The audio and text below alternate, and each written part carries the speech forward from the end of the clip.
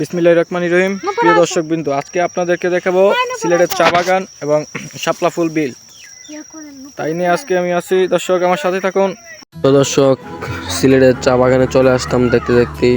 বিশাল চা বাগানের পাহাড়ের মতো আঁকা বাঁকা ঢেউ কাটিয়ে চা বাগানের অপরূপ সৌন্দর্য তো দেখতেছি। চা বাগানের অনেক পাতা, ছোট ছোট গাছ, অসংখ্য মানুষ চা বাগানে কাজ করতেছে এবং বিভিন্ন মানুষ বিভিন্ন জায়গা থেকে চা বাগানে ঘুরতেও আসছে। তো শাপলা চর আর দুইটা হাতরি আছে, শাপলা বিল যেটাকে বলে। শাপলা বিলগুলো বিকেলবেলা গেছি, তো যাই দেখি শাপলা ফুলগুলো সরে নাই। তো সকাল সকাল গেলে তো শাপলাগুলো সরানো থাকে। তো আমরা অনেক শাপলা, লাল লাল শাপলা, অনেক বড় বড় শাপলা, সুন্দর সুন্দর শাপলা, সেগুলো দেখলাম, উপভোগ করলাম।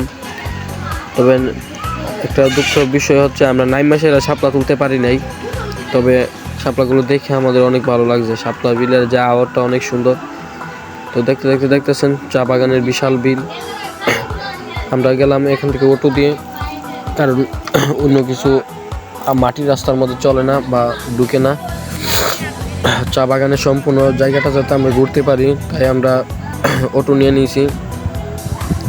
লাল মাটির পাহাড়ের চোরাই আনাচে কানাচে শুধু চা বাগান আর চা বাগান। মাঝে মাঝে রয়েছে কিছু ফাঁকা মাঠ, ফাঁকা মাঠের পরেই রয়েছে চা বাগান। এরকম কিছু মাঝে মাঝে ফাঁকা মাঠ দেখা যাচ্ছে। তারপরে পুরনো কিছু গাছ দেখা যায়, আবার পুরনো কিছু গাছ দেখার পরে আবার দেখা যায় চা বাগান। আবার চা বাগানের সবচেয়ে বেশি আশ্চর্যজনক বিষয় হচ্ছে, যেটা দর্শক আপনারা গেলেই দেখতে পারবেন, যে বান্দর দেখা যায়। বান্দর কিন্তু দেখা যায়, বান্দরের বাচ্চা, বড় বান্দর, ছোট বান্দর। হাইরে হাই, শুধুমাত্র ধরাই যাইতো না, নয়তো বান্দরের সাথে আসতে পারবেন, ইশারা দিতে পারবেন। বান্দর যদি রাইখা থাকে তাহলে তো মনে করেন যে আমরা কানকুনা এসে ছিঁড়ে লাগবে। তো দর্শক একটু সাবধানে থাকবেন। চা বাগানে যদি আপনারা কখনো যান, অবশ্যই এই জিনিসগুলো আপনারা উপভোগ করতে পারবেন। চা বাগানের অতুলনীয় সৌন্দর্য।